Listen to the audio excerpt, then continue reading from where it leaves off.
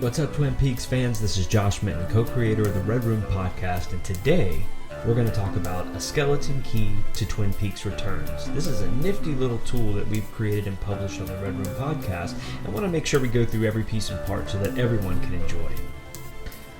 Great, so now I'm going to be bouncing around a couple different places here, but really wanted to start off with the tool itself. So it's composed in Photoshop here. So if we just kind of look at the palette, zoom in and out as we go through here, the palette of what this tool is going to lay out. And the idea here is that for every single Twin Peaks episode for the return, we're going to go through and meticulously note what narrative each scene falls under, how long it is, are there any supporting narratives within that scene, and then of course we'll catalog all of the cast and all of the music.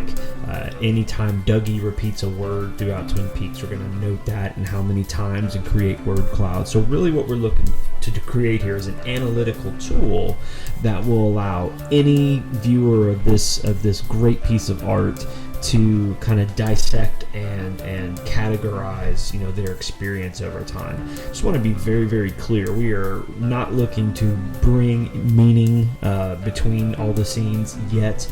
In my mind, it's like a triangle. We have what's actually aired on the show, and then at another fulcrum point of the triangle, there is the narrative within each of those scenes that are aired, and then on the other point of the triangle is the meaning between it. I'm really not going to get into the meaning here. I want to be able to categorize and catalog the narratives that are being expressed, and then the scenes in which they are being expressed and for how long. The idea here is that over time we'll be able to lay this out like you would cutting a frog open like we used to do in high school, where you dissect it and put the little pins and flags in there, because we want to specifically note what areas of Twin Peaks are mysteries and which ones are secrets, right? So Mark Frost makes a great distinction between those two things in his magnificent book, Secret History of Twin Peaks. So without further ado, let's just get into this tool, and so hopefully we can walk through that and everyone gains a better understanding here. So one of the first things you'll see is on the left-hand column, we're going to have these kind of layouts of what are the main narratives inside of each of these episodes, right? So for the example, this is part one here. So a woman is murdered in South Dakota. So if we look up here, we can see that there is a couple things on here. There's the name of the narrative, right? And these are narratives that are going to take place over every single episode. Some of them get dropped or not, right? And then I've given each one of these Wyndham Earl / Bob letters here, so we can see them move up and down the spectrum here. Down below here is what episodes are they in, what parts are they in. I really don't like calling them parts. They're really episodes, but I'll indulge David Lynch if he wants us to call them parts. So we'll be able to see over time, where each of these narratives hit a beat inside of an episode. Then over here is what I'm calling the share of voice. Let me get out of this other one here. Is the share of voice, right? So this means that of episode 1, 38.57% of that episode was dedicated to this particular narrative, and it's going to be over several scenes, as we'll see here in a minute. So that's a great way just for us to catalog where are Frost and Lynch focusing the time of what they are airing, right? So nearly 40%, 38.57% of the first episode is dedicated to showing us the narrative around this woman being murdered in South Dakota, which is significant because they really don't start showing that narrative until almost halfway through the episode, right? And then down below here is the amount of time that we've spent, the actual time. So that time reflects 38.57% of the overall episode. And then this is not going to be as important in this particular episode since everything is new here, but the idea is we want to track of the time they've spent on average per episode. So as we get to episode 8, for example, we're going to look at all the 7 episodes prior to that and see how much of, a woman is murdered in South Dakota narratives we had, and then divide it by 7, and that's the average length of time that they devoted per episode that's aired.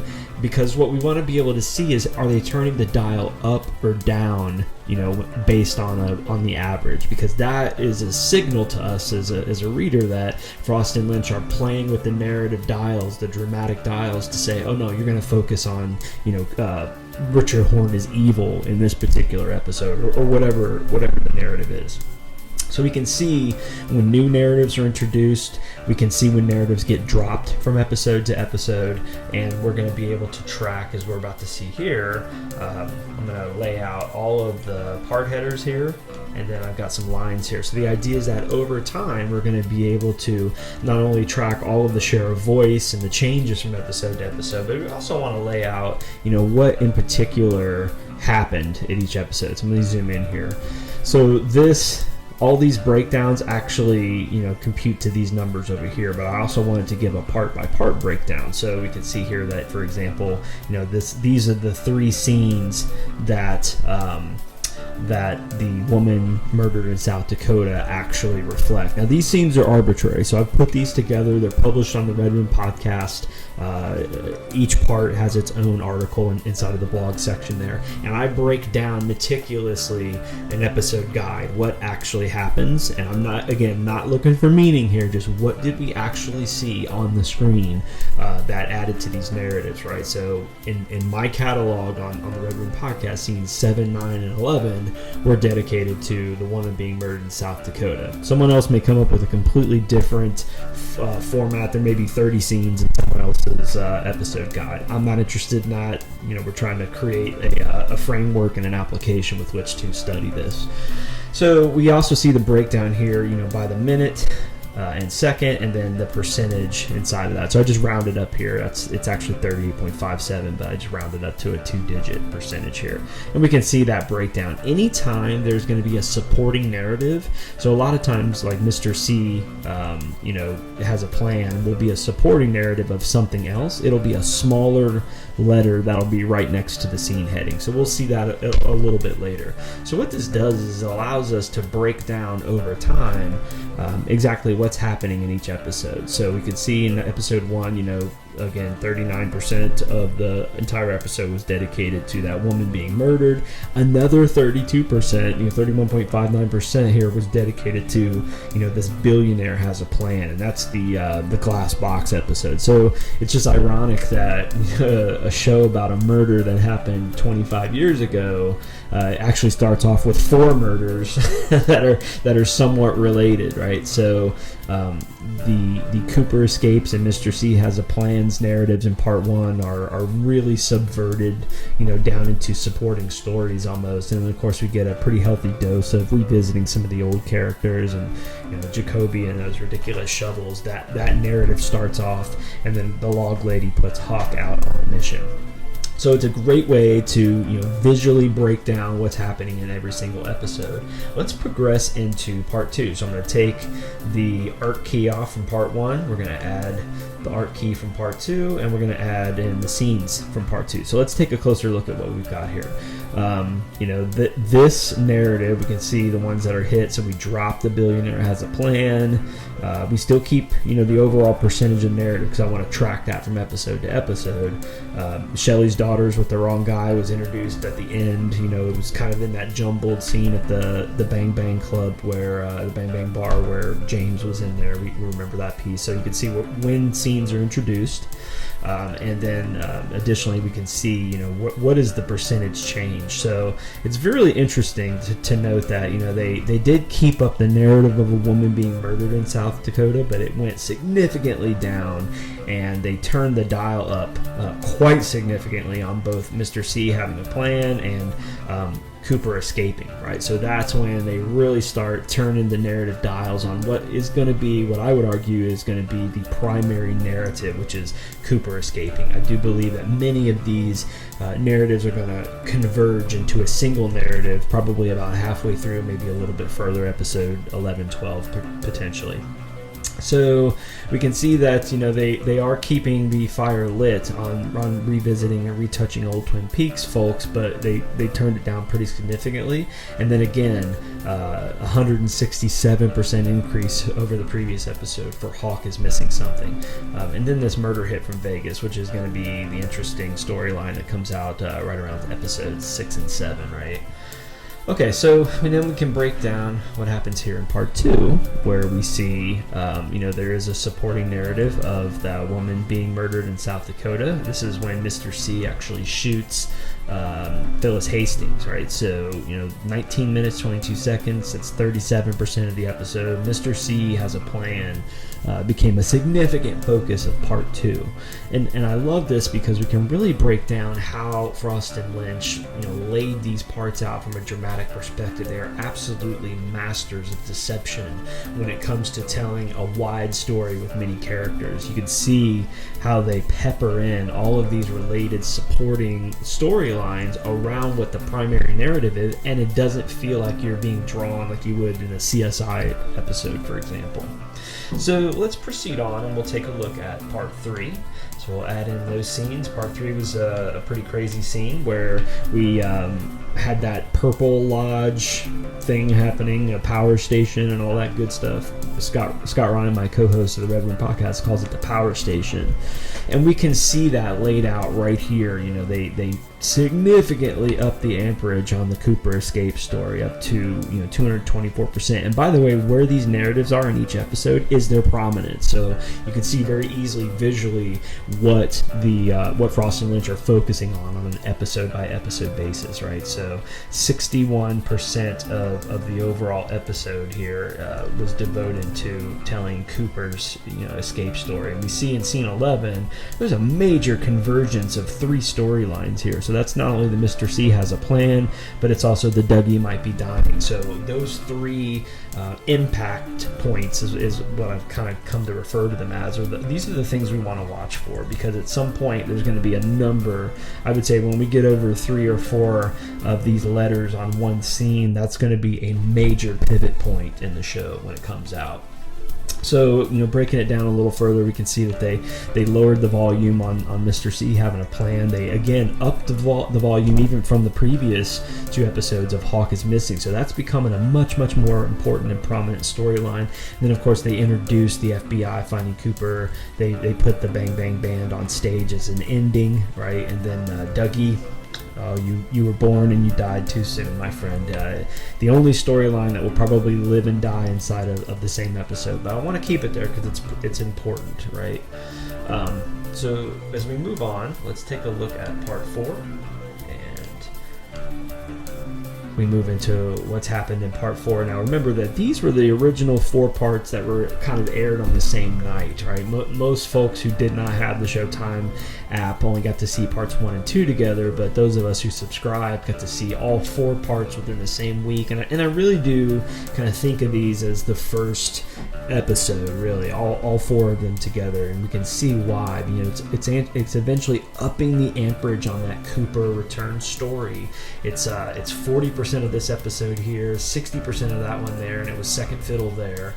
We completely drop in part 4 the Mr. C Has a Plan storyline. So if we look at this as an initial implementation of the story itself, Frost and Lynch obviously felt comfortable that they had dedicated enough time to the Mr. C Has a Plan storyline and narrative to be able to continue on with what we see in part 4. So they did it up the Cooper story a bit. That's pretty conservative.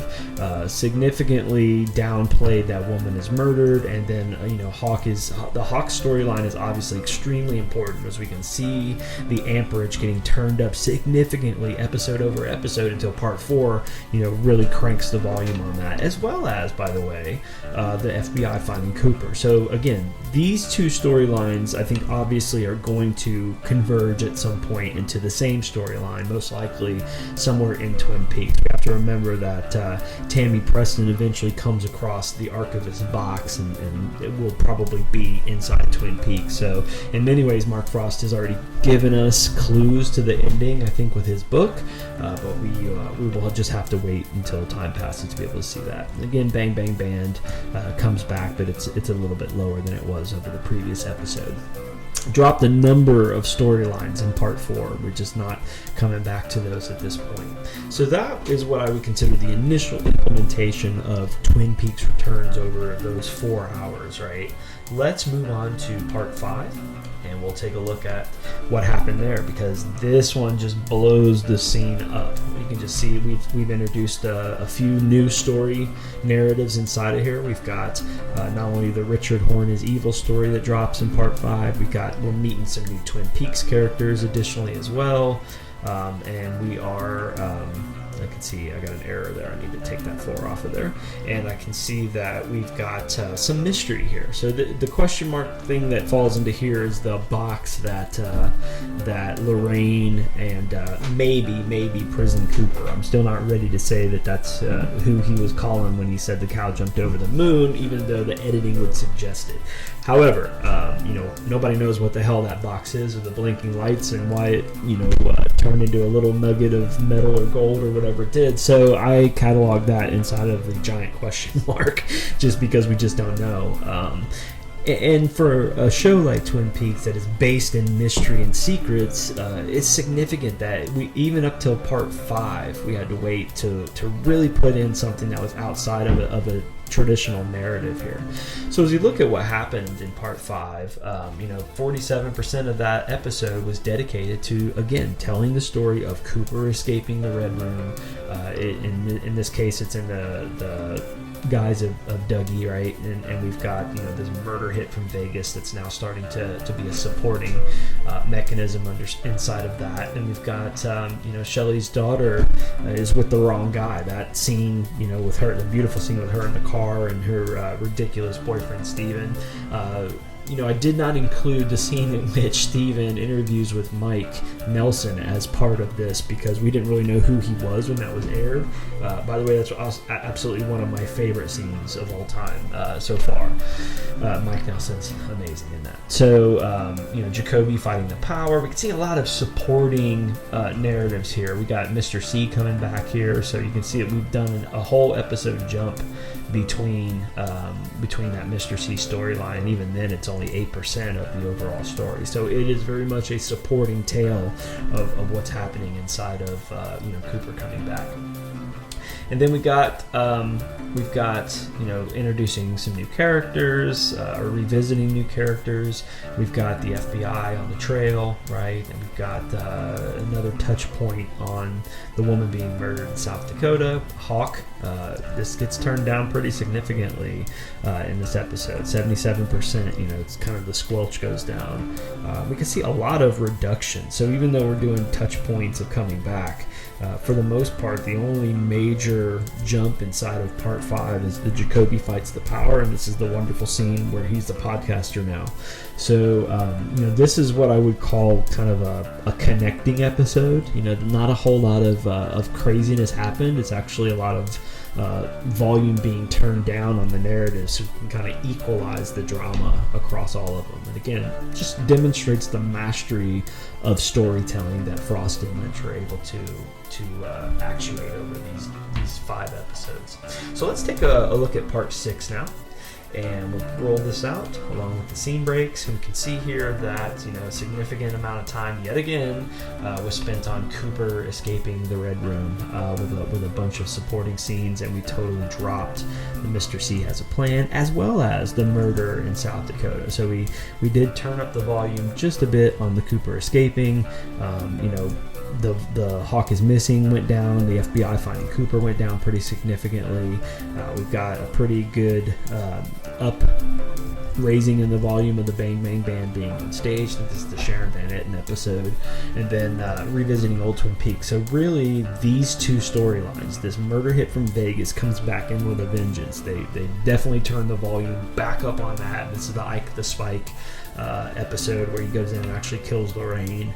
And then, of course, we've got a pretty significant revisiting of old Twin Peaks here. And this may be the episode with the Horn brothers. I'm not quite sure.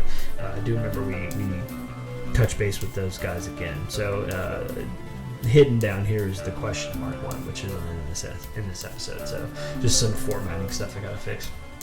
So let's move on to part 7. So part 7 is like the last normal episode before what happens in part 8.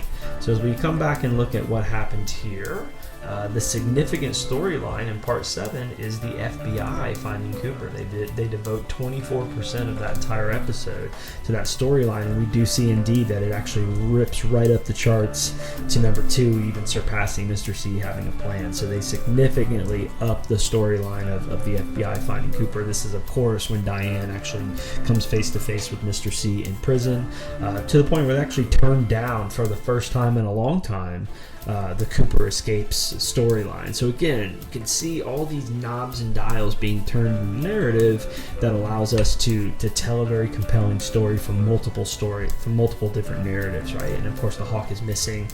This was the episode where they actually discussed essentially Fire Walk with Me, right? Hawk and Sheriff Truman are discussing like what do you think that means that she wrote this in her diary and those kind of things. So we do come back and talk about the woman being murdered in South Dakota. This is the episode where Cindy Knox finally makes it to the morgue there, and they have that discussion. The woodsman is walking down the hallway, and we start to prep for some of these narratives to start converging upon one another. A significant upping. So this was the episode actually with the horns, right, where they're looking for the sound inside of the Great Northern, and Jerry Horn is high out in the woods, and I think there were a couple other scenes there. But 22 minutes of that episode was spent, 22 minutes so far has been spent on revisiting old Twin Peaks. So my guess is this will probably continue on at about this pace. It feels right. Richard Horn is evil went down significantly. This I don't believe he was even in this episode. So that's how you know you're a real bad guy. So this was like when Andy was outside of the guy's house. He's like, "Tell me who was driving the truck." I included all that under the Richard Horn. Dropped a significant number of narratives here. And the new Twin Peaks characters we did meet, that went down pretty significantly over the average. So this all sets us up for what is about to happen in episode 8. So let's load those guys up. It was really 3 scenes in my mind, right? And as we look at what happened here, it's pretty significant. So we had the scene with Cooper or Mr. C coming back. That was about 10 minutes and change. About 18% of that episode was dedicated to that. Then we had the wonderful Nine Inch Nails performance, which is just about 4.5 minutes. About 8% of that episode. So as we look at what 74% of that episode was founded on, it's going to be this question mark, and we can see that rocketed from being hidden down here all the way up to the tip top. Where it's now the 3rd strongest narrative. It was a 7,063% increase in what we had seen beforehand. So again, you're seeing the mechanics of the storytelling play out over these number of different episodes, and this part 8 episode was significant. Everyone who watched it knew it was significant, but just from a numbers perspective here, it was monumental to the storylines and narratives of what's happening in here. All right, I want to shift over to a visual representation of what this means here. So this is just a simple Google chart that I've got data tied into here. And I want to start to lay out what it looks like visually that we just went through. So here is the Cooper escape storyline over every single episode. And just so we can get our bearings, we can see it's a wheel. It's going through all 8 episodes here. And these are minutes. So it's the number of minutes aired for each narrative within each episode. So we can see, the Cooper escapes. It was only about 4 minutes in that first episode. It grew to 17 minutes that episode. It grew to 35 minutes in episode 3, and then kind of tapered down a little bit, and eventually completely went away in episode 8, just like most of the other storylines did as well, and significantly lower inside of episode 7 as well. So let's go ahead and start to add in other storylines here. So if we look at, for example, the next one would be Mr. C has a plan. So if we add some beef into this, so we can take a look at it. I'm going to put it up to 4, and we can see that storyline is pretty low in comparison to what we see with Cooper escaping the Red Room. So we look at Jacoby fighting the Power. So this is, again, very, very, very small compared to what the main and primary narratives are. Let's move into something a little more significant. So a woman being murdered in South Dakota. If we up this to a greater piece, we can see that that's what I would call mid-range story. It essentially kicked off the stream of narratives that happened from episode 1, and then significantly declined over the subsequent episodes, right? And then if we look at the FBI finds Cooper, for example, and we put this up to real thick 8, you can see that that's also a supporting narrative. And again, I will argue that these kind of sub-narratives are eventually going to converge into a single, or maybe 2 or 3 narratives over time. So let's look at, this is the most interesting one, right? So I'm going to turn this into red color as well, and we're going to. So this is the mystery, and we can see that it's like a knife that just spikes in episode 8. So when you lay out the narratives as they're being told like this in a visual format, it really does illustrate the genius of how Frost and Lynch were able to plan out, execute, and compose a modern narrative, a postmodern narrative inside of a television show that tells probably one of the most complicated, complex, and yet simple stories of redemption and overcoming evil that we've seen in the modern age. And it's just been a true joy to see this happen live, and then to break into the numbers. The goal with putting these numbers out there is not so that we can take the mystery out of Twin Peaks. Obviously, we can't do that. So this is a huge unknown sliver of mystery that just got jammed into the storyline in episode 8, and I don't think it's going to overcome it, right? So I don't necessarily think there's going to be answers that come out of what that happens. So, but what it does do is it allows us to meticulously catalog where all the pieces and parts are, so that we can more clearly see the mystery and appreciate it in my argument. So this has been a walkthrough of A Skeleton Key to Twin Peaks Returns. We're going to be putting out an episode guide and an episode analysis every single episode. The goal is to have it published on the Sunday prior to when the next episode airs. And then I think eventually we'll probably compose all this together into a book format that will start to talk about the meaning and the between the mysteries and the secrets that happen in there. So again, this is Josh Minton, co-creator of the Red Room podcast.